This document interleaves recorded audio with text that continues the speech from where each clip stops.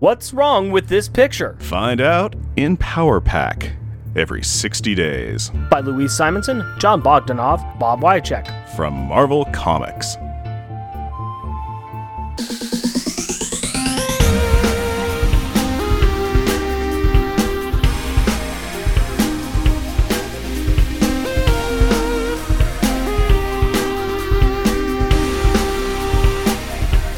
Welcome, dear listener, to our podcast. Jeff and Merc present Unpacking the Power of Power Pack, where we journey through each issue of the most underrated Marvel series of the 80s while drinking beer. Analyzing awesome and amazing adolescent adventures and absorbing alcohol. I am Jeff. And I am Rick. Where on earth is Carmen Random Banter?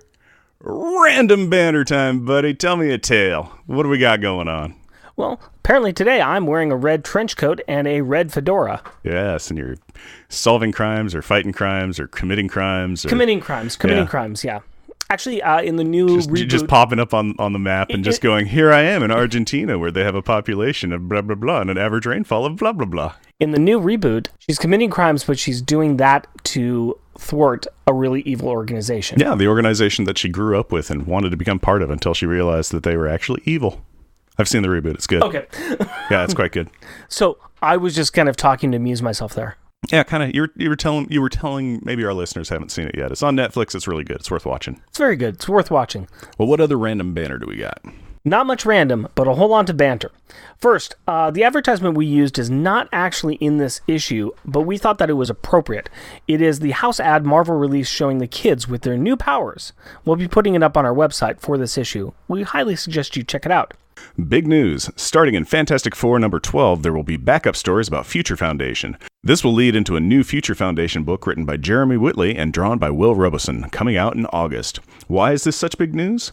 Well, because the team leaders of this team will be Dr. Alex Power and Julie Power. Hey, a new book featuring half a Power Pack. We'll take it. And on even bigger news, in August, Marvel will be selling a new Power Pack book written by Louise Simonson and drawn by June Brigman. Power Pack, Grow Up. You remember when Weezy was on our show and she kind of mentioned this to us? Yeah, we kind of freaked out about it. It's very exciting. Freaked out about that. So that's the book that she's been working on. According to the article, this is set back probably prior to this issue as the kids have their original powers. They're teaming up with Wolverine and Kitty Pryde to fight the Brood, an alien race that is a longtime foe of the X-Men. We're really excited about this coming out. Also, this past Monday, we recorded an interview with WMQA Comics that should be out in June. It was a lot of fun. We had a long verbal landslide of words that came out of us, and I don't think that they ever asked us more than 2 questions, and we covered most of the topics that they wanted because we just like to talk. So. Yeah. We had beer in front of us and microphones, and they were in our ears. Yep. It was very interesting. Yeah, it was me and Rick having a conversation with a couple of voices popping in every odd once in a while. It was fun. No, they do a very nice podcast, and they also do a website that features a lot of issues, reviews, and plain old news, or something like that. I can't remember the tagline now. But they have a good tagline, which I can't remember right now because I'm horrible. But it was a lot of fun, and we'll be advertising one that's coming out. So we'll be throwing links up on all of our medias, I'm sure. Yeah. But it should come out sometime around when this releases. Probably be about the same time. Okay. So just look up WMQA. Mm-hmm. WMQA. Jeff, can you please give us the 2-sentence replay from last episode? This amazing double-sized issue sees the Snark Wars start to get going as Power Pack has all of their powers stripped from them and packed into the High Snark Jackal, who combines them in new, exciting, and dangerous ways, all while having his nervous system be burnt out by them. 1 failed regicide, 2 failed executions, 2 successful escapes, and 1 successful power reshuffling later, and we have the end of the Snark Wars as the mind of the dying Emperor gets transferred into the brain-dead but healthy body of his one-time attempted assassin Jackal, while the Power Children try to make sense of their newly acquired different siblings' power sets. Now that I think that they killed Friday in this issue. 2-sentence replay is over. Why don't you give me a beer and tell us what our Power Pack pick is? My pleasure, my friend. We have a bit of a theme that I came up with, and I'm going to give you the beer first, and then we can I want to see if you can figure out how I'm using this theme. Actually, let me do it the opposite way. What theme in this book do you think I bought a beer against? Okay, I'm going to guess that since the issue's title is Going Home, it's going to be like the beer based off the movie Homeward Bound. No. Would you like to try again? So it doesn't. So it's not Hair of the Dogs, Homeward Bound. It's. Is it about going home? No. Oh, is it going to be about bad fathers? Yes. Yes, because there's some not so great dads. They try. I'd like to say they try their best, but come on, not always that great. So good job, sir. I'd like to introduce you to Dad Beer.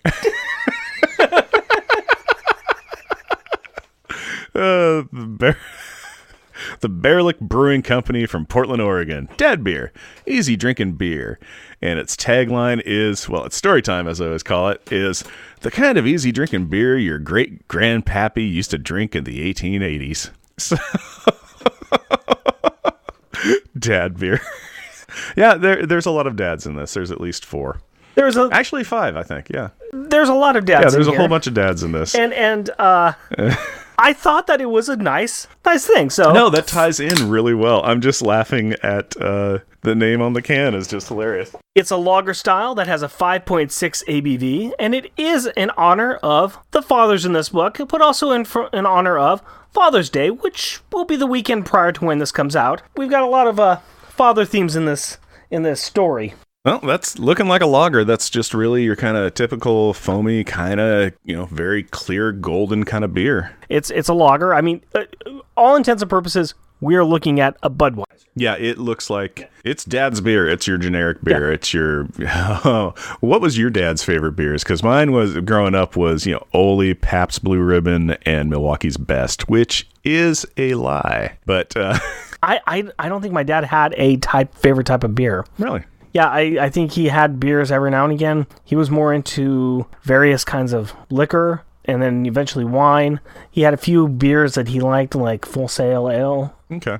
But no, this isn't bad. No, it's very much a lager, but it is a pleasant one. It's a very pleasant lager. It's very smooth. It's very easy to drink. Yeah. We were doing the comparison to Budweiser.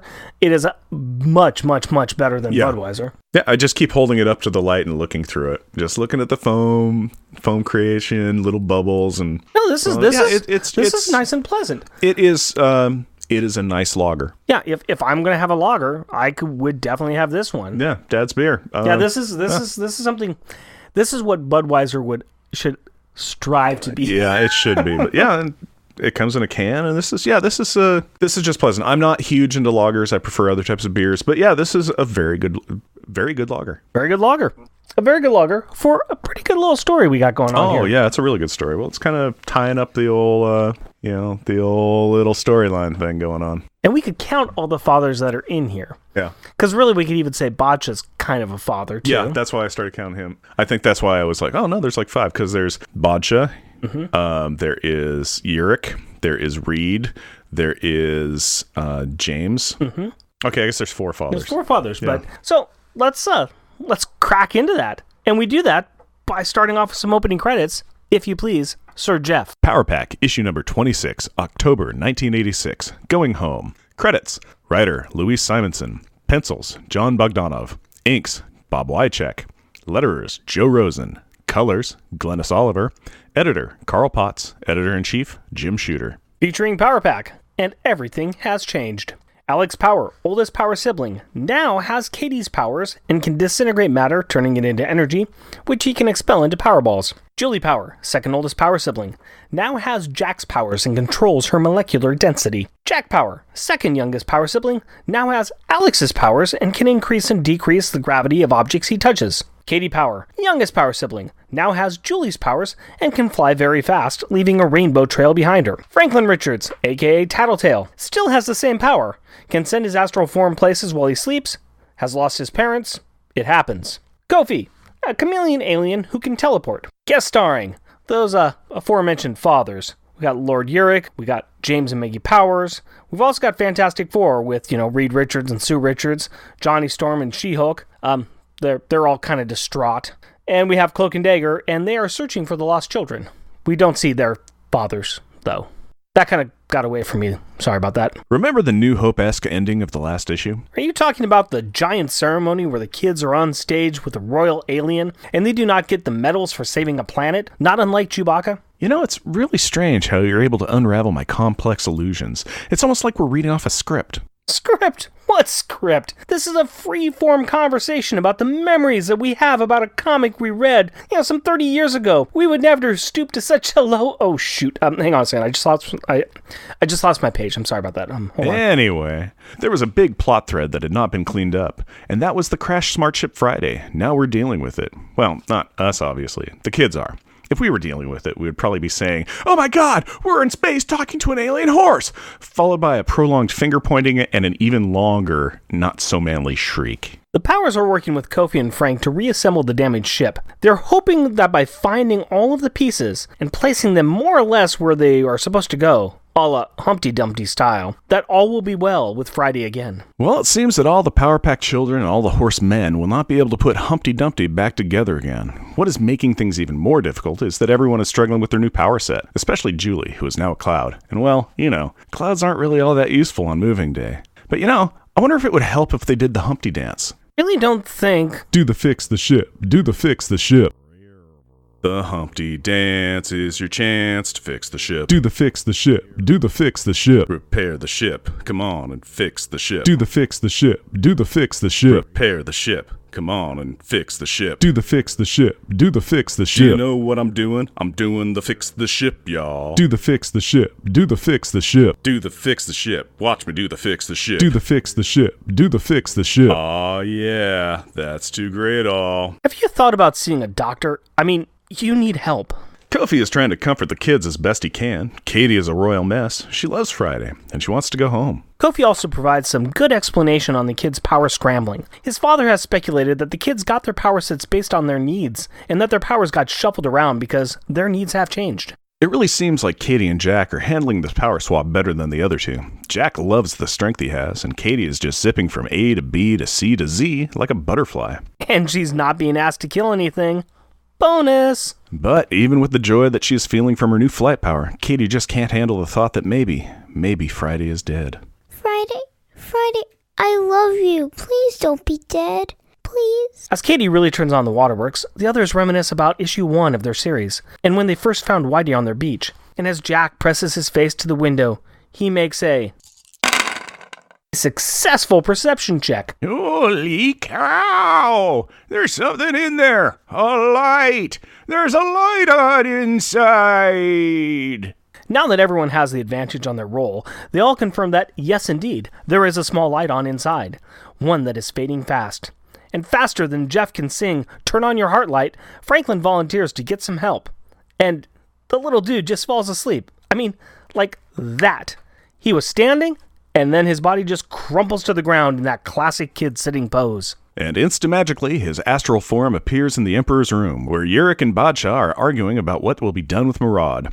Yurik is all for an execution, and Badsha is hesitant for any more bloodshed. Frank is all about jump-scaring anybody he can, and he does. But he also gets them to come running. And a little while later, with some help from the cave dwellers, they extract the fading components of the smart ship.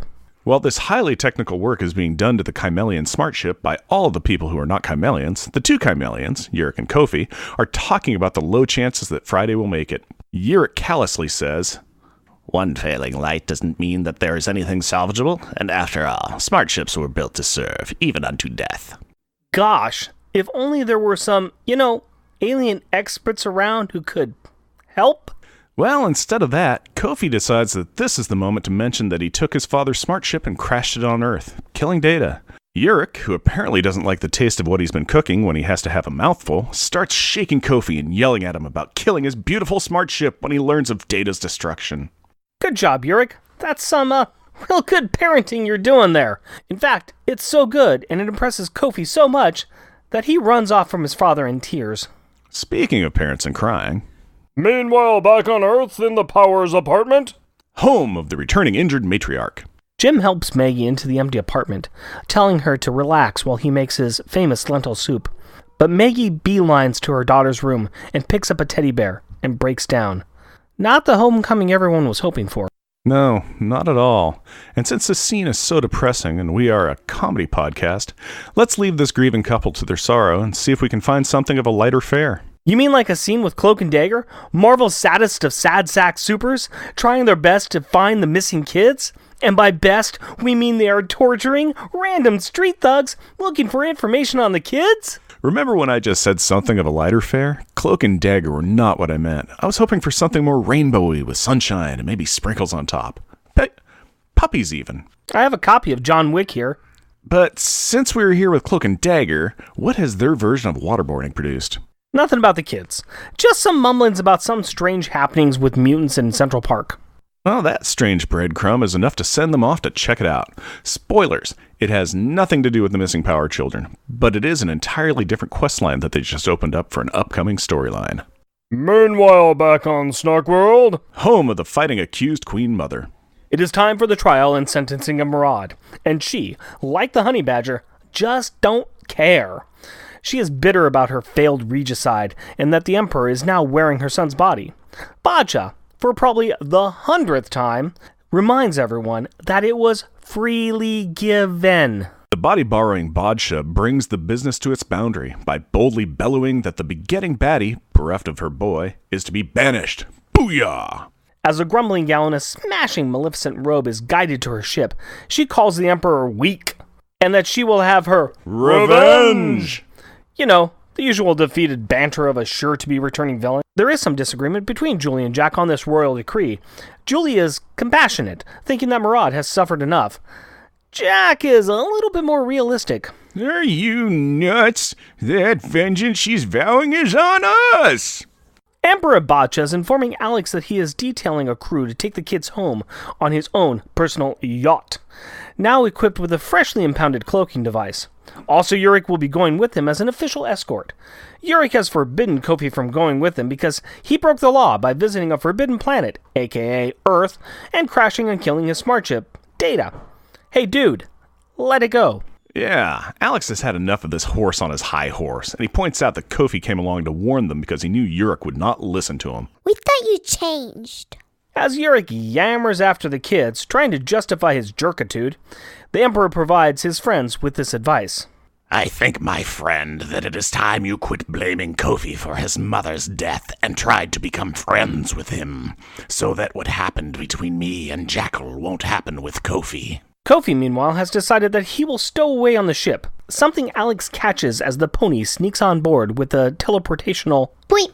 During this poiping, Julie guesses that Frank is really excited to get home because he will get to see his parents again. Julie doesn't know the Fantastic Four like we do. Personally, I will be surprised if they remember that Frank is missing, or are even in the same galaxy as Frank when he gets home. meanwhile on Earth, Home of Franklin's frantic father from the Fantastic Four. Wow, it just took the disappearance of his son to really focus Reed on something besides a science project. He is in his lab trying to decipher the note Franklin left when he has an idea. He is going to solve this by making it a science project. Of course he is. But props to him for remembering that his kid is missing. That actually kind of surprises me. He scans the drawing of the Snarks into his computer system and runs a search looking for a match. Bing! His hunch was right. The Skrulls had encountered and kept records of the race Znurk, and now Reed has spatial coordinates for their homeworld. With a bellow for his wife and a summoning of the team, they prep to go into space. She-Hulk, the voice of reason, advises the frantic family that they cannot leave without telling the absent Jarvis, so Sue sends Johnny up to the kitchen to leave a note. Wait a minute, are we relying on a child leaving a note for an adult again? Johnny is an adult. Is he? Is he? Yeah, good point. I'm fully expecting Jarvis to come home to find a giant burning 4 waiting for him in lieu of a message. meanwhile in space, Home of the temperamental teenagers. Alex joins Kofi in a small hidden area on the Snark ship. Oh look, he brought his friend carrots. Horses love carrots. The two boys start to slouch and angst about their miserable lives. It is like they are having a James Dean off. They complain about how unreasonable Kofi's dad is, how much Alex wants to just be a solo hero and not have his kid siblings around, and they generally sulk. If only they had some grunge music playing and some flannel, this would be so me in the 90s. Sans the superpowers, of course. Yeah, of course. Alex also uses his new powers to practice his graffiti skills by drawing a heart with his and Allison's name inside. I would say, aw, but destruction of private property, Alex, that is going to give you a karma hit for sure, buddy. Can we go back to Power Pack number 13 where Katie was writing her name on some concrete, both to practice her writing and her power use? Remember when Alex said, Look, Whitey didn't come from outer space and give us our powers so you could disintegrate your name onto walls. Is he sure that the wall he is writing on is not the hull of the ship? Not smart, dude. You are not showing the maturity that you are talking about having. That said, he is showing some pretty good mastery of his disintegration power, as he is doing some pretty good detail work. What I also appreciate is that Kofi has someone to talk about his feelings. He really just wants to know why his father is angry at him so often. Maybe it's because he is irresponsible, as demonstrated by the stealing of data, or because he doesn't listen, as demonstrated by him sneaking onto this very ship. Nah, that doesn't seem very likely. Now, we have some interesting scenes that happen during the next few pages. We switch over to the Fantastic Four, who are cruising through space, heading to Snark World. Reed identifies an anomaly nearby, but is told, forcibly by his wife, that they have more important things to do. Yeah, like find their son who is on the nearby anomaly that is actually a cloaked ship. Franklin is asleep at that moment, and he has sent his astral form to the Avengers Mansion, which is empty because his parents are in the spaceship that is just passing by the ship he is on. It's a good old-fashioned comedy of errors. Speaking of which, much later, we find ourselves in Central Park where Cloak and Dagger are beating up some guys. Because they're still trying to find information on Power Pack. Not because they just enjoy doing this as a hobby. But, it is good to enjoy your work. The duo feel the rumble of an approaching ship and hide. The Snark ship lands and camouflages itself as a hill. Then Power Pack, the Snarks, and the two chameleons all disembark from a hill. Because that's not conspicuous. We can see that the kids are happy to be home. Katie and Franklin are asleep, and they are being carried out by Yurik and a red-shirted Snark, respectively. From Cloak and Dagger's point of view, these are alien monsters who have taken the children and who will probably eat them. We should remind everyone that Cloak and Dagger are teenage kids themselves, and they have a track record of poor decision-making abilities. And like any good Marvel Comics introduction, they come in attacking. One could say they are looking for revenge. Dagger fires a spray of her light daggers while Cloak absorbs the Snarks into his cloak. Holy cow! They're attacking! The Snarks defend themselves and the children by attacking back against the unexpected assault. I mean, wouldn't you? Jack and Alex argue with each other about who should attack Cloak. Julie makes the only smart move by clouding over to Dagger to beg her to stop because this is all a terrible mistake. The mistake was made by these monsters when they kidnapped you. Whatever hold they have on you, Dagger and I will see it broken. So, this is going well. Unfortunately, Cloak is in an unstoppable yelling rage, as is everyone else. Alex and Jack yell at the Snarks to quit firing their lasers, while Yurik continues to yell at Cloak. Julie yells in Katie's ear, causing her to fly out of Yurik's arms. I think I'm going to yell at you now. Why? Well, everyone is yelling at everyone else. It looks like fun, and, I just want to be part of the group, okay? Fine. Katie, leaving Yurik's arms, gives Cloak the opportunity to pull the ambassador into his shadowy realm. Franklin awoke a while back and is hiding in the hatchway of the ship with Kofi. He tells Kofi that Cloak just swallowed up his father, but that he couldn't projection follow him because it was so dark in there. Kofi says that they need to get over where Alex is, because he has a plan for the dark. Is he going to shoot magic missiles at it? What? No! He's not going to attack the dark. Well, before Kofi can enact his plan of not attacking the dark, Jack has an idea. Hey, I got it. I know how I can stop this battle single-handed. He tackles Dagger in the back with his arms wrapped around her waist and floats her off the ground. So what's his plan? To have his arms around her waist and hold her up off the ground. I'm pretty sure he does not know why he wants to do this, but he is sure that he has to do this. Katie takes this opportunity to come up and give Dagger a hug, while Jack says, "Call off your boyfriend, will ya? He just swallowed our pal Kofi's pop." Meanwhile, Kofi directs Alex to shoot a fireball into Cloak's cloak, which allows Franklin to see and track where Yurik is inside Cloak's dark dimension. He then tells Kofi where to teleport to save his father. Can we just stop for a moment and appreciate how whack comic book science is? We have a kid with massive mind-based powers following an alien who has been sucked into a dark dimension, the doorway of which is the body of another guy, and he has a kid shooting energy into that dark dimension so another alien can teleport after that energy ball. And all of that is conveyed in one panel. All hail comic books. But hey, it works.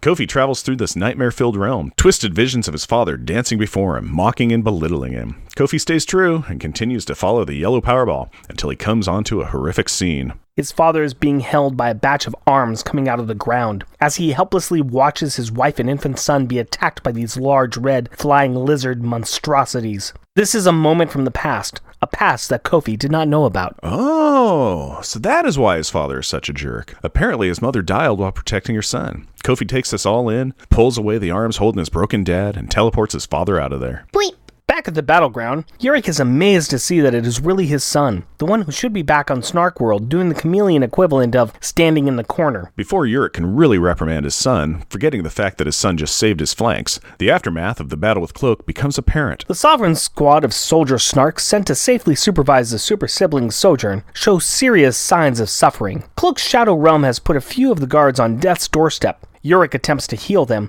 but he also is suffering from the effects of the Shadow Realm, and is too drained to be of any assistance. Luckily, Dagger is on hand with her impressive magic light dagger healing power stuff. She supercharges Yurik with an incredible light show, and it works. Woohoo! After everyone has healed up and calmed down, the kids, with Yurik and Kofi, catch a ride through the Cloak and Dagger Shadow Express back to their apartment. Not before the Snarks wave goodbye, and then give the departing group a "they're all crazy" gesture. Arriving outside the Power apartment, the strange group of heroes and aliens discuss what they should do next. Yurik, being the ranking diplomat, tries to pull that rank to insist he enter first to explain the situation. Kofi steps in and informs his father that the only thing the parents need to see is their children. And he's right. Jack knocks on the door, and we are treated to an awesome scene as the kids tackle-hug their parents, saying that they are home. Aww. I'm not crying. You're crying. It's just that there's a lot of dust in the air right now. Kofi sadly points out to Franklin that is really touching to see a family that just is happy to see their children. Oh, and he says this with his father standing over his shoulder. Bazinga. Mic drop. Next in the door are Cloak and Dagger. They softly introduce Franklin and the two aliens who brought their kids back. Let me try this again. A shadowy, imposing man in a dark cloak and a scantily clad teenager girl introduce two horse aliens and a 4-year-old child. Really, James and Maggie are taking this all really, really well. They move the conversation into the apartment before the neighbors report the parade of highly conspicuous weirdos in the hall. And most of the explanations are made. You know, except for any talk about superpowers the kids may or may not have. Later, Kofi and Franklin are having a quiet moment on the roof. Franklin checked the Avengers mansion again and confirms what we thought earlier about his parents not even being on Earth when he returned. So he thinks that they don't care about him. But that is because he still does not realize his parents are out searching the universe for him. And so he and Kofi are making plans to run away together. You know, because Kofi still thinks that his dad hates him and stuff. Can we take a moment to think about the buddy team-up comic book that we could have had with Kofi and Franklin? Yeah, but unfortunately, it is not to be. Yurik comes out and has a great one-on-one with his little foal. You see, every time Yurik looks at Kofi, he sees his dead wife, and it is more than he can bear. He loves his son, he just has a difficult way of showing it. A very, very difficult way of showing it. And now Franklin's crying. Kofi decides to leave Earth with his father and breaks the news to Franklin. Franklin tells Kofi that he will miss him, and that he loves him, and then he fades away. What? They killed Franklin? Did the snap happen? No, you silly rabbit. Franklin was out there with his dream self. Kofi and Yurik teleported to their ship, and inside the apartment, Cloak and Dagger also teleport away. But probably not to the spaceship. They probably just go to an unoccupied roof to do some brooding or something. Nah, it's hard to do a proper brood at sunrise, but they're probably giving it their best shot. The family is all huddled together on the floor as Franklin sleeps on the couch, but they notice that he is crying. Frank, what's the matter? Maggie picks up the little tyke and comforts him, saying that she knows his parents are looking for him, and until they get back, he is welcome to stay at their house. I mean, what's one more kid at this point? Am I right? Now that everyone is awake, there is some serious talk about food, and everyone has opinions. Mom can't cook. Let's order in. I got it. McBurgers. No, we had that last time we got stolen by aliens. I want pizza. With double cheese. No! Chinese food. Dumplings, Anne. But in the end, James Power announces that what they need is a good old-fashioned family supper. So he'll go and heat up some of his famous lentil soup that he made earlier. It's good for you, and it'll put hair on your chest. Lentil soup? Gross. Yuck! Barf. Hair. Ick. Oh boy, my favorite. Finn. Next issue. Whose power?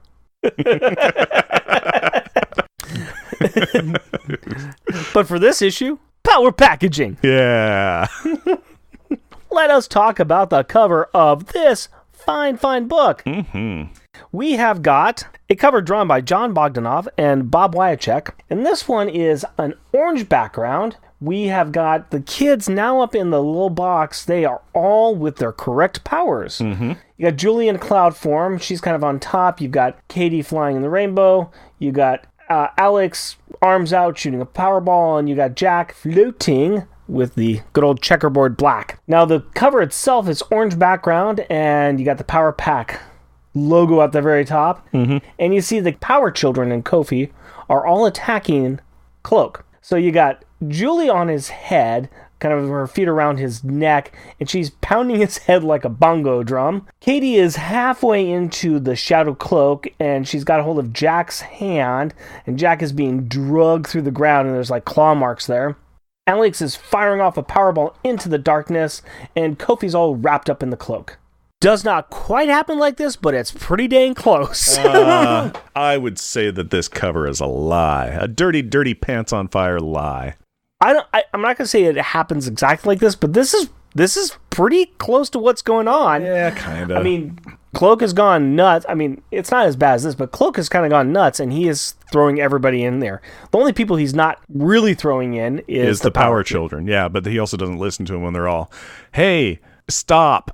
And he's like, no, because you've been kidnapped. And I was like, we're back now. Yes, but I'm attacking these people. I mean, this really looks like Power Pack is attacking a Cloak gone wild. Yeah, it really does. It looks like it's a mind-controlled cloak or a but I mean, something as like far those lines. as far as anything else that happens, I mean, there's a lot that goes on in the storyline. Mm-hmm. I have no problem with this cover. I think it's a pretty good cover. Oh, it's a great cover. It just is not really it's quite not, like that. Right. I mean, this talks about one scene that's in the book. Mm-hmm. It's an important part of that scene. I think it's a good way of people picking up the thing going, wait, what's going on? Yeah, it's a clickbait. It's a clickbait, still. but I mean, I think it's a pretty quasi-accurate, but it's still clickbait. Yeah, I like this one. Mm-hmm.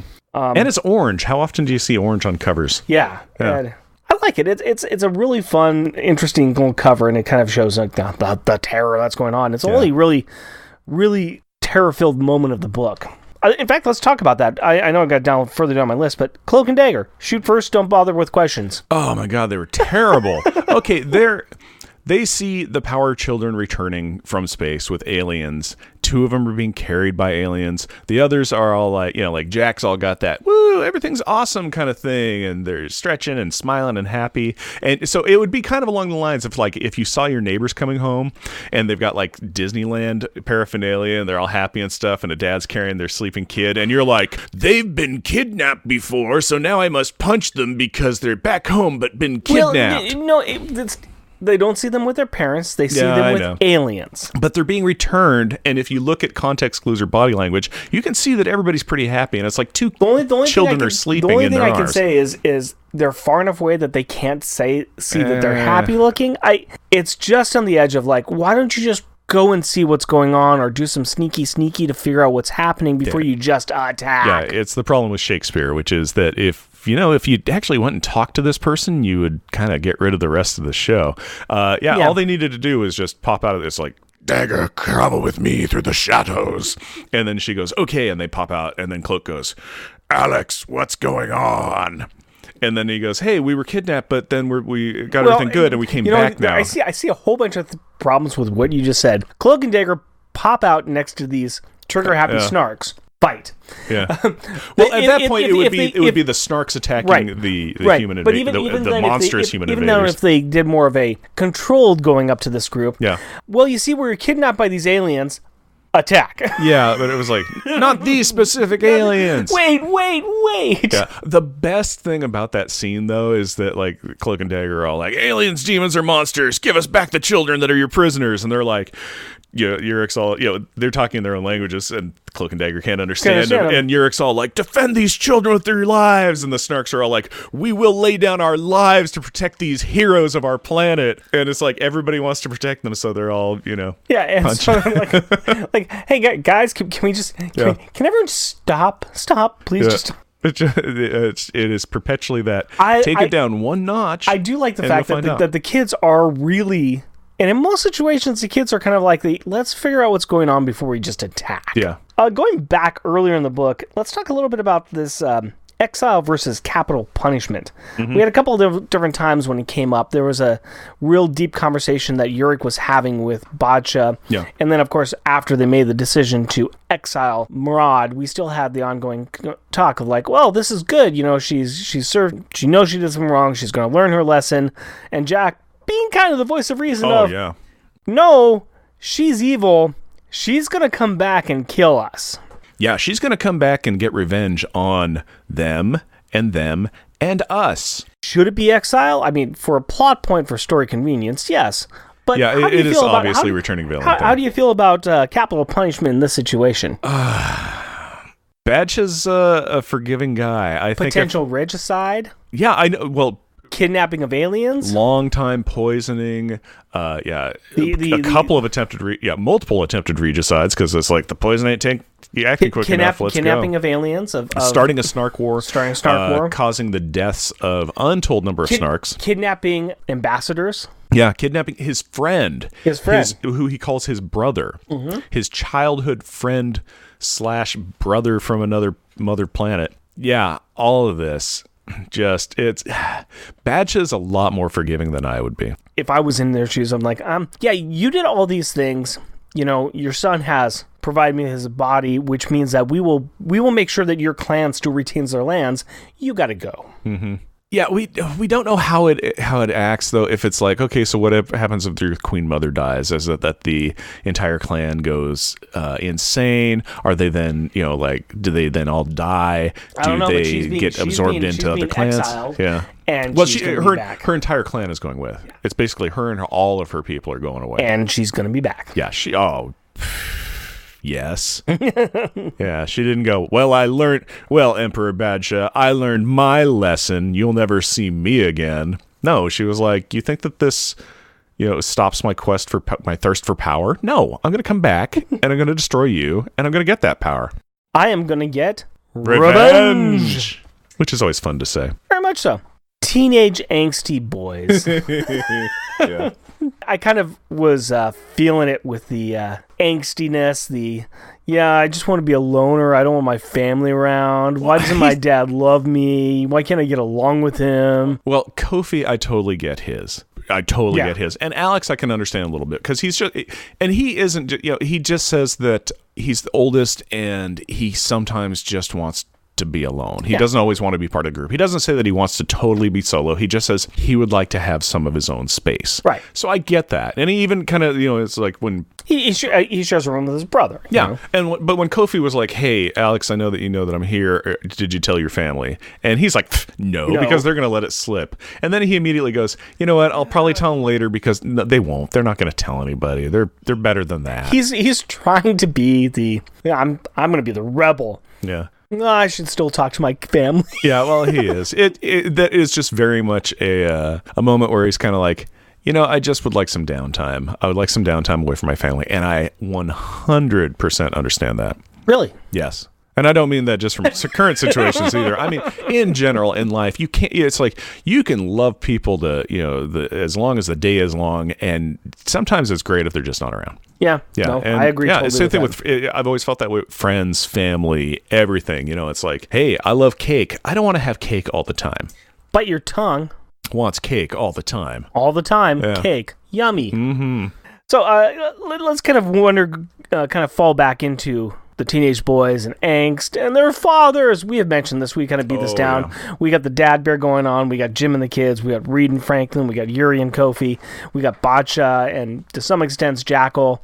We've got a lot of fathers. It's a father issue, which is it's very interesting that's kind of the theme that I didn't really realize it probably at the time I first read it, but going through it now and looking for certain things, I'm like, yeah, this is very much about different relationships, and it's not being explicit with it. No, it's not. And none of this has really been, going. None of this is new. It just is kind of all here in this issue. It's really got Franklin really opening up, like, yeah, my parents, they've left me. No, they haven't left you. They're probably out looking for you. Yeah, but they leave him all the time. And that's kind of the all the interesting time. things is to see the similarities, yet also the differences in parenting things, where it's who's the best father of the group?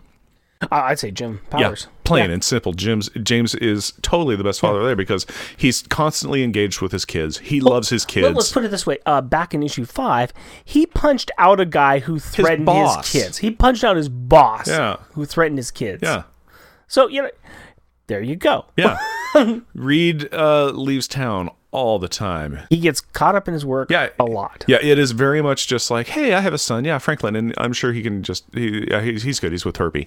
And I think Jim Power. I think we'll start to see it. Jim Power, he's not as smart as Reed Richards, but he's still smart. He's in the class, and I think that if he went down the same path that Reed Richards went down, he would be very similar. But that's not his style. Yeah. I mean, his style is family first. He has always been family first and then science. He loves science, but he loves his family. So Reed, I think, has always been more science. And then, hey, I've got a family now. Isn't that swell? But yeah, and then you have Urich. Honestly, he resents his son. He hates his son due to the fact that his wife that he loved died protecting his son. And now every time he looks at his son, he sees the death of his wife. The person that he loved that is no longer here and hasn't been for a while. And there's probably some other things too. Unfortunately, we don't get a lot of time with Urich. Yeah, not a huge amount. We're kind of picking up pieces here and there about his character. Yeah. But by the end, he's starting to realize where he has failed, the reason why he's doing things, and even though he's not completely 100% right, even Kofi's kind of giving him a little bit of leeway. You want to tell me about how I can teleport and how I should just do and not try? Roll my eyes. That was actually kind of a cute moment where, Kofi and Urich are talking. Urich's like, hey, do you think you can teleport us back to the Snark ship so we can go home because they want to get going? And he's like, offhand remark, I think I can. Well, you should have more confidence in your ability. Like, God, you need to take classes in positivity because when I was your age, and they teleport away. And there is the eye roll going on, but which is great. But at the same time, it's like they're talking now. At least, he's connecting with his son instead of just shaming him. Yeah. And recognize your son is pretty darn powerful. Yeah. And he's very resourceful, and he does more right than wrong. Yeah.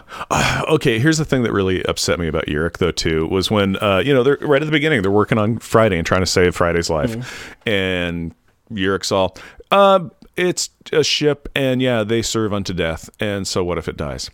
And then Kofi's, he's like, I don't care, Friday, whatever, big deal. But then Kofi's like, Data's dead, you're smart ship. And then he just drops his pancakes in the fire because he's angry. It's like, you killed my beautiful ship. Yeah. Your beautiful ship that died protecting me and serving its function. Yeah. Served unto death. Yep. Let's finish this off by talking a little bit about dinner choices. Mm-hmm. Because I love this final scene. Mm-hmm. I still think it's breakfast. But they're all whatever. naming a lot of dinner foods, but it seems like breakfast. What happened the last time that they had burgers after being returned from being kidnapped? Oh, Carmody attacks them and yelling at them, calling them muties and shooting a 45. So, Bogeyman, So, let's go ahead and not do that. Okay, yeah. Carmody just shows up to the door and is like, I'm back. What is the correct meal that you should eat after being, kidnapped by aliens? Anything you want, really. Whatever your best comfort food is. And I could totally see that. Waffles and fried chicken? I love all food. Well, not all foods, but I mean, I'd be like, everything that they're naming, they're just like, McBurgers. I'm like, I could go for a burger. Pizza. Totally could go for a pizza. Double cheese. Fine. Throw it on there. Oh, Chinese food. I'm like, I love Chinese food. Lentil soup is at about the bottom of the list. Yeah, pretty much. Yeah. Except, no. Oh boy, it's my favorite. Yeah, I know. Yeah. Franklin loves it, but you'll also notice Franklin just thought that. He kept that to himself because he's trying to be cool amongst his peers. Let's keep track how many things are his favorite. Yeah. Because there's a lot, my friends. Really? There's a lot. Franklin's a positive kid. He could give Kofi some tips on positivity. It is one of his favorite phrases. Oh boy, my favorite. Hey, cool. I'm going to break out my library card. Mm-hmm. And in honor of Friday, I would like to talk about Anne McCaffrey's book, The Ship Who Sang. The Ship Who Sang is a science fiction novel by the author Anne McCaffrey. The 1969 novel deals with the cyborg Helva. who is a human being fused into a spaceship or brain chip. The universe that Anne McCaffrey created for these books features children who have severe physical disabilities, but who have exceptionally talented brains, becoming shell people. They are encased in a life support shell with computer connections. These shell people are then raised to fill a variety of strange professions. The focus of these books is one of these shell people becoming a smart rocket, a spaceship that is truly sentient. It deals with her relationship with her brawn, or the non-shell element of the spaceship crew, and her life. The great thing about science fiction is asking the question, what if? And then exploring the stories that are set in the different worlds with different morals. What if there were options for people with extreme physical deformities? What would the negative impacts be of such a drastic exercise? How much is the human contact worth? And can mental relationship really be sustainable? Anne McCaffrey was always one of my favorite authors for presenting these complex ideas in a simple, straightforward stories. And let's be honest, this is a romantic sci-fi. And it is really easy to see how this book, or others like it, influenced Wheezy when she was creating the smart chips like Friday. And on an interesting note, McCaffrey dedicated this book to the memory of the Colonel, her father, George Herbert McCaffrey. So that is my book. Have you ever read those ones? I have not read The Ship Who Sang, but when we interviewed Wheezy, didn't she also say that she kind of based Friday off of that? Yeah. It's kind of where I got it from. And it's really easy to see how it is. In those books, the brain or the shell people that are inside are actual beings, are actual humans. Okay, so whereas it's different than the sentient AI. Yeah. But it's the same kind of concept, It's though. very much the same concept. Yeah. In that case, then you could have your ships would definitely have a gender, because Yes. we didn't talk about it in this issue, but the kids do hit on a little riff again of Friday's a boy, Friday's a girl. We never asked him/her. And remember too that when these books were written back in the 1980s, is the fluidity of gender. There were a lot of people that still identified as transgender or bi or gay or lesbian. It's just that it wasn't as much in the public consciousness about talking about it. That's not to say good or bad about this book really addressing it. I actually find that the book addressing it at all is pretty amazing and progressive. Yeah, it really was. And I also just love the fact that Wheezy, when we asked her, it was like, Friday, boy or girl? Here's the Pokemon question is like, are you a boy or girl? And she said, it's an it. Yeah, it's an it. Yeah. Sometimes she had the feelings and persona of a mother. Other times he had more of a father figure. Yeah. So it was very fluid. And she wasn't going to be paying a corner with that one. So. Yeah. No, which was great. Yeah. But, all in all, it still is a science ship. And, we're talking science corner. Yeah. What do you got for us, my friend? No science today, I'm afraid, because I want to talk about what a scientist needed to know in the story arc, and that is, what to do if your child is missing. Well, if your child is missing, immediately call your local law enforcement agency. After you have reported your child missing to the law enforcement, call the National Center for Missing and Exploited Children at 1-800-THE-LOST. That's 1-800-843-5678. If your child is missing from home, search through closets, piles of laundry, in and under beds, inside large appliances, in vehicles, including trunks, and anywhere else that a child may crawl or hide. If you are in a store, notify the store manager or security office if your child cannot be found. Then immediately call your local law enforcement agency. Many stores have a Code Adam plan of action in place. When you call the law enforcement agency, provide them with your child's name, date of birth, height, weight, and descriptions of any other unique identifiers such as eyeglasses and braces. Tell them when you noticed your child was missing and what clothing he or she was wearing. Request law enforcement authorities to immediately enter your child's name and identifying information into the FBI's National Crime Information Center missing person file. So, no science, but that's what you need to know if your child is missing. I hope that no one ever needs to use this information, but I also hope that you remember it if you need to. And as us being fathers, this is something that we think about a lot. Let's talk about some refrigerator gallery moments in our Power Thoughts. Alrighty. What artwork do we really, really, really like? I'm going to talk about page 15, and this is during the fight. Is this a joke or a backup joke? This is a backup joke. This is what I call, don't worry, I got this, and it's where Jack has tackled Dagger. Okay. Yeah, that's a good flying tackle, too. It's a good flying tackle, and yeah, I'm just going to move on because, yes. And it is an awesome costume, but it is always on that edge of being a little too much. So what is your backup? My joke backup is on page 13. Alrighty. And I call it Alex Power and Alex Power in the Power Trap. It is center left, and it is got Alex and Jack, and it's when they're arguing over who should attack Cloak.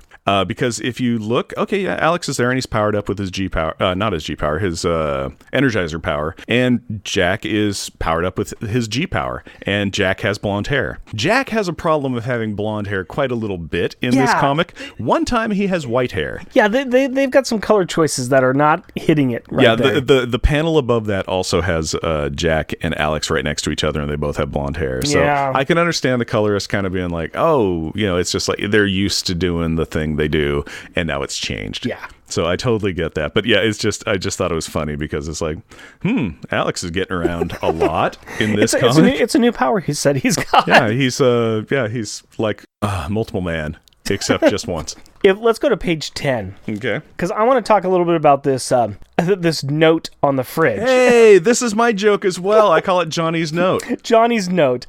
I thought you were gonna miss this. No, let's read this note because I had to zoom in on this one here. Yeah. The note on the fridge that Johnny left for Jarvis says, Jarvis have gone to Cats to find Franklin, Rito, Sue. Yeah, I know. It is literally almost worse than just a giant flaming four that I joked about in the script. I think that Franklin's note was better.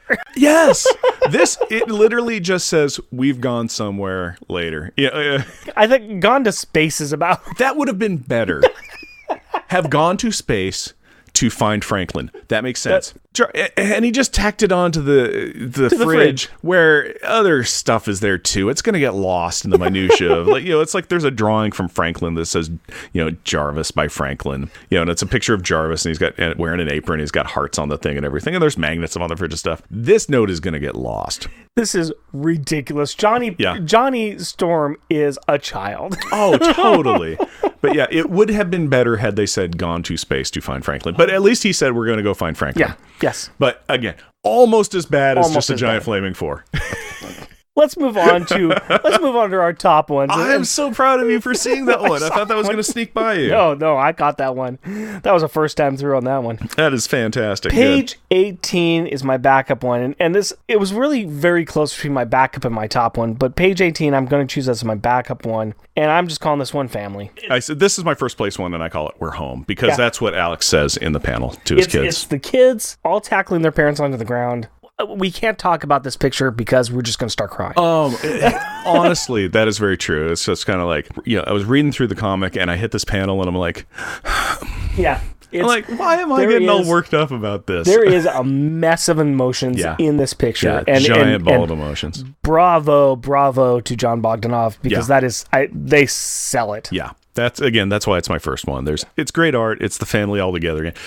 Honestly, it probably is because it is just pushing that old emotion button really big for it to be my first place. But it made your backup. It made my backup because I found one that I found one with even more emotion in it, but it could easily be switched. I could easily have switched these. What's your backup one? Okay, my backup is on page 19, and I call it The Eyes Have It. Oh God, I forgot about that one. That one is great. Yeah, it is really great. It is I was going to mention that one. It is the very top panel, and I call it The Eyes Have It because it has Cloak and Dagger in it, but it has Kofi, and it's when he's talking about how, look, the power of parents don't care what's happened to their children. They just are happy that they're home. And you have... and so he's kind of like, oh man, look at that. They're just happy. And he kind of wishes he had that relationship with his dad. It's got his dad in the background who's, kind of like head bowing, just going, my son doesn't even, I haven't loved my son the way that these people have loved their children. Mm-hmm. And then you have Franklin and he's got all pouty face too. And he's very sad because he's just like, I wish my parents were here to hold me and tell me that they love me. Yeah. Yeah, we're going with emotional heartstrings one. On this that's one. Why I call it The Eyes Have It. Let's go ahead and just move on to page 5. On page 5, and I'll let you go ahead and guess which one I'm choosing on page 5. Is it Jack pushing his face up against the broken window of Friday? Page 6. Is it the scene of Maggie's come home and she's just crying her eyes off into a teddy bear? Yeah. Because let's go ahead and just put all of our feelings in these ones. Oh yeah, there's a lot of feels in this issue. A lot of feelings with that. That's the one that I said that kind of beat it out just because there's a lot right there as well. So yeah. It's just Maggie crying into a teddy bear. Yeah, it makes sense. It's just, she comes home and she goes into the kids' room and she's kind of like, oh, I better straighten up this mess. Books are laying around. I'll straighten some stuff up. And, oh, teddy bear's laying on the floor. I better pick this up and put it. And then she just holds it and cries. Yeah. We need something funny. Let's insult each other a bit. All right. Let's talk about rubber and glue. Will do. What do you have for yours? My rubber and glue moment is, I just found it was funny, is on page 22, and it's the entirety of the thing. It's like the kids are home, and they're talking, and Maggie's picked up Franklin, and it's like, hey, your parents are looking for you, but you can stay here and everything. And it just starts with Katie just dismissing Franklin's sadness in the best way possible, which is like, I'm hungry. And then all the kids arguing about the food, and then it just going into the dad going, oh, I know what you need, lentil soup. And we'll put this last picture in here because those were some good words on that thing. And it's not so much insults, it's just, well, it's insulting the lentil soup because it's barf, yuck, gross. Yes. And the Katie going, hair, ick. And even Maggie again. Yeah. My backup one on page 6, we'll just go ahead and do both mine since they're on this page, is Jack, and it's in the lower right-hand box. Murad has been banished, and Julie's all like, yeah, I think that's fair. She suffered enough. And Jack is all, are you nuts? That vengeance she's vowing is on us. Are you nuts? Yeah, are you nuts? I know. And then my top one is on the same page, except it's up in the top, and it's Murad. No, it's not. I'm sorry. It's the panel next to it. And it's Murad saying, "You are weak, Bacha. You're weak. So yeah, that was my top one. That's a good one. I thought one. that was there. My top rubber and glue moment is on page 17, and it's in the bottom right-hand corner, and it's when Cloak and Dagger are taking the Power Kids back to their apartment, and it just shows the two snarks in the bottom corner, and one of them's raising his hands up like, what the heck is going on with this planet? And the other one is just doing the, it's crazy, finger to the head loopy-loop. I think actually the first one is saying, why are they going into that dark realm that almost killed us? They're crazy. You could do that about all the situation here. When snarks are kind of like, this is Looney Tunes. You're just going to go back. You're going back. You know that almost killed us, right? We're the ones wearing red shirts. Yeah. We'll stay here. Yeah, I just love that as an aspect of just, it's an amazing insult with no words. Yes. And its motions stuck in panel. It is just fantastic. I'm like, I know exactly what's going on, and it's wonderful, and I love it. So let's talk about Stars in Detention. Let's talk about the best and the worst children in this book. Mm-hmm. I want to say Cloak, except he's not a power child. Nope. But my gosh, he was the worst on everything. Yeah, I could see that, but let's go ahead and stick with the children. I'm going to say Julie. Interesting. Yeah. Why Julie? Julie didn't do a lot. She had problems with her powers. Like, even right at the beginning, she's just kind of like, I'm a cloud. I can't do anything to help. It's like, Julie, you can also be you and help find parts for Friday. A lot of it was just like, she didn't do a lot. The biggest cincher for it for me was when they're in the battle, the Cloak's battle with the Snarks, and Cloak wants to attack Yurik, except Yurik is holding a sleeping Katie. Right. Julie then wakes Katie up. Fair enough. Katie flies away. Yurik no longer has a human shield. Cloak envelops him and eats him up. Yeah, I can see where you're going there. Mm-hmm. I was leaning heavily on the fact that Julie was trying to stop everybody. She tried, but she did as much basically as everybody did, where they were all like, stop, these are our friends, don't do this. Mm-hmm. This is a mistake, what are you doing? She actually clouds over to Dagger and says, hey, stop attacking, this is a mistake. But even at that point, Dagger doesn't stop attacking, and Cloak is all like, mistake, the only mistake made was, it's like, all right, okay, you need to do a little bit more. Okay, I'm going with Alex again. Really? Yeah, I know. The big thing for me is after writing Katie about what she could and could not use her power doing, the first thing he does with his power is something he explicitly told her not to do. Yeah. He used it to carve his name on the wall of a ship. Yeah. And Allison's and a heart and a little plus. I'm like, come on. Yeah. Also, he didn't really seem to be very effective during the fight. It wasn't until he was told what to do by somebody else where he got effective. He was disintegrating Snark's lasers so they couldn't attack their friend's Cloak and Dagger. Yeah, but he was also trying to stop the Snarks, but also, it's just like he didn't want to attack. He's starting to learn what Katie was feeling. It's like he didn't want to attack Cloak because he didn't want to hurt him. And he was like, Jack, knock him out with your jackhammer. But Jack was like, what if I go into Cloak? There's monsters in there. So also, I kind of joked about the angstiness before, but I mean, it's like, dude, come on. Mm-hmm. I almost would have liked it better if he went up there to talk to Kofi and just was a good friend instead of saying, I want to be away from my family too. Yeah, you know what? He doesn't want to hear that. He likes you and the family. Yeah. He likes being with all of them. Mm-hmm. Just be there for him. Okay, no, I could see how you would pick Alex. Yeah. It was hard outside of Cloak to pick who the detention child was. Not for me. I had issues with Alex in this one, but that was me. All right, I didn't have issues with him, but obviously who was your best though? Jack. Nice. Why Jack? Jack. Again, let's start right at the beginning. He's flying around. He's lifting up ship parts. He sees Alex trying to strain to lift a thing. He's like, Alex, no, that's too heavy for you. Let me do it. Also, and he even says, you had an amazing power set. It is incredible. He's super jacked to have it. So there's that part. Tackling Dagger. Well, tackling Dagger, because that actually stopped the fight. It helped, yeah. So he stopped the fight because he actually took one of the combatants out and then got them to tell the main combatant to quit it. So, he stopped the fight with Cloak. With Cloak and Dagger. Also, there was a part, it was just a little slide-in thing where he had, it was like Yurik was saying, okay, we'll go in and I'll explain to your parents what happened. And Jack was the only one to go, and you won't tell them about our powers. Right. That was a big part. And Yurik's response was like, well, I will if I have to. Right. But Jack was the only one who was like, down the line. Hey, this is our secret, not for you to share. So I thought that was great. I can go with it. I can go completely go with it. Kofi is my favorite. Okay.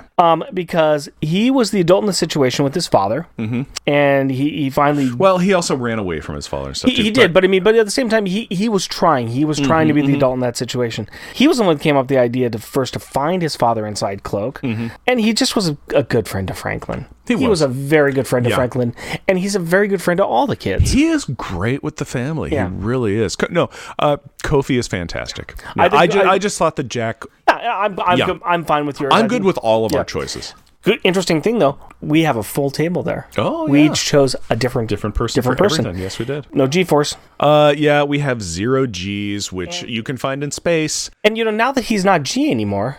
Yeah, well, he may be saying his catchphrase more often. Why? But he's not G. Yeah, I know, but don't know. Okay. Well, he depended if maybe he just starts calling Jack G Power or something. Who knows? We'll find out. All right. But so we have 0 Gs, which you can find in space. Our G average is 1.11, which means that we've just gone under Neptune. We've missed Neptune's surface gravity, which is 1.12, and are at 1.1 gravity, which is at 1.11 gravity now for our average, and our G total is holding at 29, which is just 1 gravity higher than the surface of the sun. Yeah, but that's our G force, and that's where I. Yep. Thank you very much for the G report, G-Man. Let us rank this on our ever-growing list of top grades.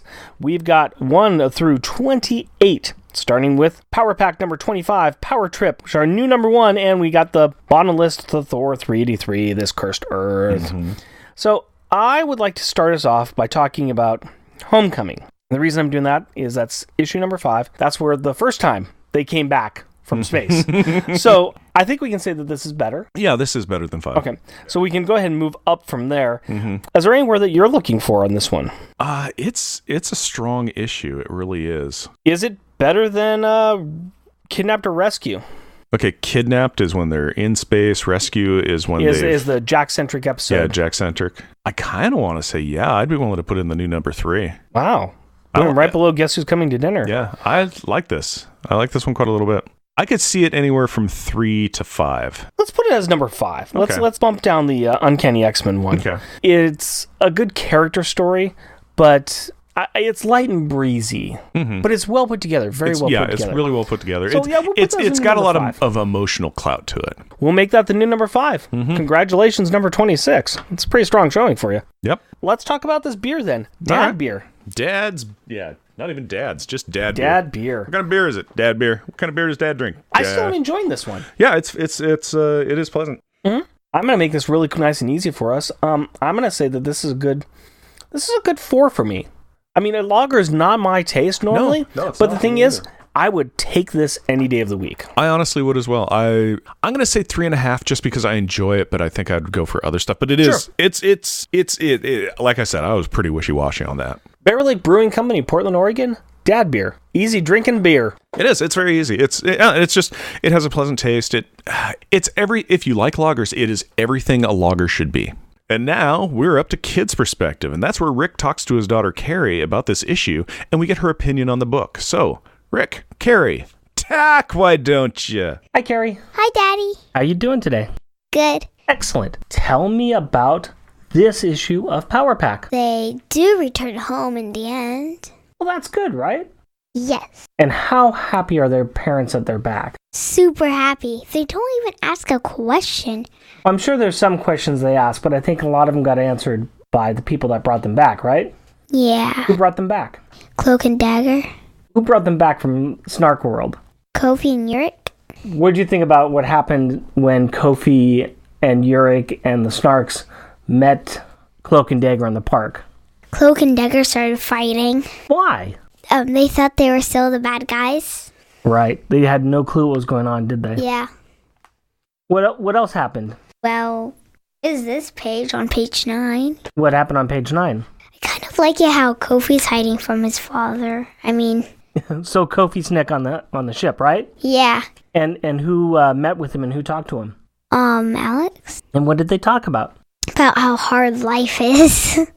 Kind of like that. About, like, people who boss them around. So on this page, you can see Alex writing Alex plus Allison, and then he's showing a heart around it.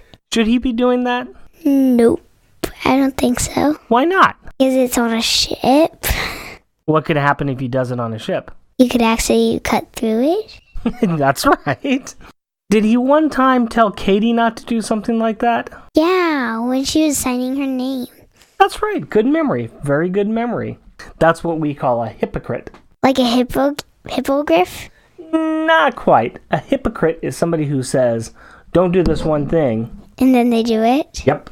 It's like in my class, Miranda was putting up the quiet coyote, but then she started talking. Exactly like that.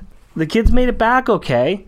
What about Franklin and what about Kofi? What's happening with them by the end of the book? Kofi was going back with his dad to like his dad's work. Yeah.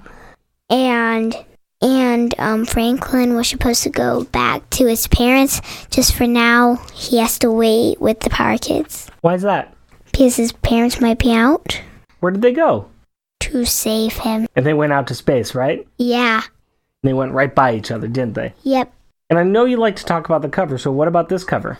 Okay, this cover... Can I mention something first? Sure. Normally on the cover, there's like these little boxes. Corner box. Yep, Corner boxes that have the Power Kids. Yep. It's different. Why? How is it different? So it has, instead of Jack, it's Julie as the cloud. Mm-hmm. So it's showing them with their different powers, right? Yeah. And so Katie's has Julie's powers. Jack has Alex's powers. Alex has Katie's powers. And Franklin's just running along. Yes. What else about the cover? Is there anything else that you wanted to talk about? Yeah. Okay. Where Kofi's in not Kofi, Yurik is in Nightmare. Yeah, he's inside Cloak, and it's a big nightmare, isn't it? Yeah. It's about... So, like, Kofi has to go through it. Yeah. Past all these things that are trying to make him, like, feel discouraged. That's right. But when he finally makes it to his father, you can see a lady version of them holding little baby Kofi, I think. So who do you think that is? Kofi's mom. And, there's, like, these... I think they look like pterodactyls to me. Okay. But they're kind of hairy and they look kind of older. So what's that telling you? It's a nightmare. Whose nightmare is that? Yurik's. Yes. And it's what he's afraid of, isn't it? Yeah. But now we know a little bit more about Yurik, right? Yeah. Yeah? And now Kofi knows to be kind of gentle on his dad when... Well, now he knows why his dad's so angry sometimes, right? Yeah. And they also explain that at the end, too. Makes you kind of like him a little bit more, doesn't it? Yeah. You like the book? Yes. Good. You excited for the next one? Yep. I tell you, the next one is pretty sad, and it's... Okay. Then I'm not ready. Okay, fine, I'm ready, but... We'll get through it, okay? Okay. All right. I love you, honey. Love you, too. Time. This is the point in time where we like to recognize those listeners who take the time to write in or leave us a review from Facebook and Twitter. This will be for episode 30, where we were talking about Missing, issue number 23. Akil Wilson, Alexander, Al Sedano, Charles Miller, Comics in the Golden Age, Craig McNichol, Colin Stapleton, and the worst comic podcast ever. Dan Grote, who said the beer from that show looks like a fancy bottle, because we are a fancy show. Gibson, Green Lantern HG, Jeff Polier, Jeremy Daw, Jeremy Wiggins, who says, one of my favorite podcasts. I look forward to every single episode. Keith Baker, Kwanzo Sejafo, Limex7, Lisa Ramsey, Max Traver, Michael Neertz, Mitch Gillian. When in Portland, be sure to check out the Nerd Out, our geek restaurant. Nicholas Prom and Comic Reflections, Otley Murray, at Christatos Sampson, Radioactive Dog Welder, Resurrections, and Adam Warlock Thanos Podcast, Sailor Bear Zodar, Scarce, Secret Wars and Beyond, Stephen Gray, who shared with us some really amazing Power Pack figures with Friday that he made using a 3D printer. We'll share that picture on our webpage for this episode. Stephen said that he would be glad to share the file with anyone as well. The link for that will also be on our website. Tim Price, Xenozoic Xenophiles.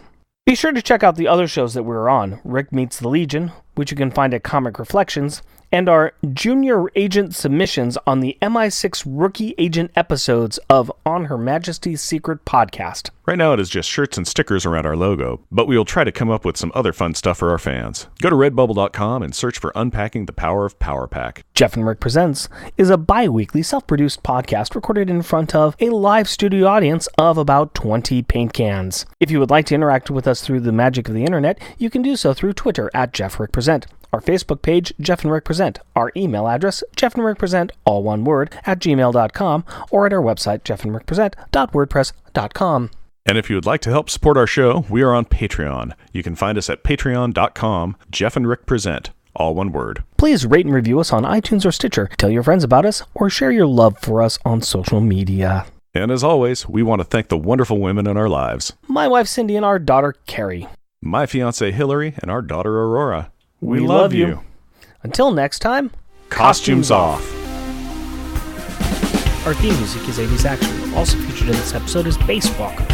All music is by Kevin MacLeod at Incompetech.com and is licensed under Creative Commons High Attribution 3.0 license. All right. You ready to be funny? No. Ready to be sweaty and angry? Yes. That's my baseline. Bleep. Listening to the family upstairs being as quiet as church mice, ringing bells. This amazing... Slam the door, slam the door. Bleep.